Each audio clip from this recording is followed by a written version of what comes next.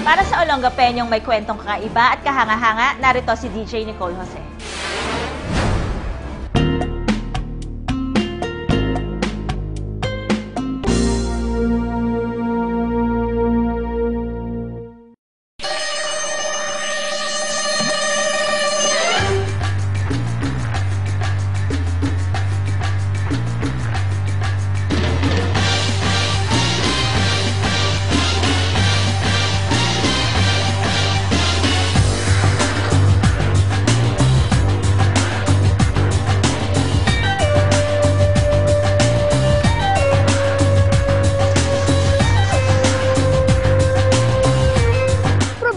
Sa bawat pagkakataon ang nakikita ng taong negatibo. Samantalang, pagkakataon sa bawat problema ang nakikita ng taong positibo. Paroon at parito, samahan niyo kaming mamasada ni Ate Lydia, ang ating Super Mother. Nag-iisa siya sa Olongapo. The only rose among the thorns, ika nga. Ginagawa ang trabahong karaniwan nating nakikita sa mga kalalakihan. Para sa akin, ang isang pagmamaneho ay hindi lang para sa lalaki. Sa panahon ngayon, kaya na rin na gawin ng mga babae ang gawain ng mga lalaki. Sana buhay na to, sanayan na lang yan. Sa umpisa, mahirap. Nung malaunan, masasanay ka rin. Baliwala na lahat yan. Lydia Gonzalez ang pangalan niya. 54 na taong gulang mula sa Barangay Goron Heights ng lungsod.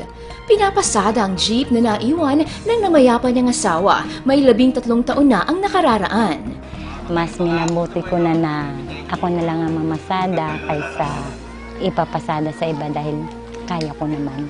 Sa mga kasama naman, tinatrato naman nila ako ng kapantay nila. Pag may kaunting sira at gusto nila akong tulungan, natutulungan din naman nila ako. Kinasanayan ang magkaroon at kumita ng pera mula sa sarili niyang paggawa. Hindi nakatapos ng pag-aaral na ipinanghihinayang niya.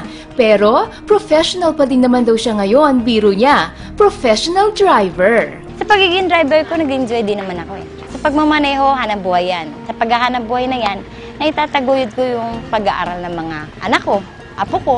Kaya, bakit ang hindi? Mananatili pa rin akong driver hanggat meron akong sasakyan. Matulungin, masipag si Ate Lydia. Sa pagmamaneho ay nasustentuhan ng pag-aaral ng nag-iisa niyang anak at ngayon ay nagpapaaral sa kanyang mga apo. Sa akong simpleng may bahay. Kung ano yung ginagawa ng mga pangkaraniwang nanay, ginagawa ko. Naglalaba, nagluluto, naglilinis ng bahay. Sa ngayon, buhay ko to, meron akong katuwang. Yung relievo ko, yung partner ko, katulong ko sa lahat ng problema na mga dumarating sa buhay ko.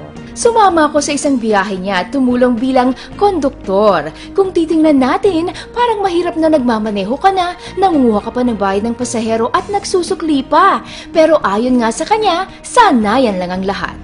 Sa mga ibang kapwa ko babae, kung anong kaya ninyong gawin sa buhay ninyo, gawin ninyo. Hanggat maaari na maging katulong kayo ng mga asawa ninyo sa buhay. Gawin ninyo katulad ko. Sadyang iba na ang panahon ngayon.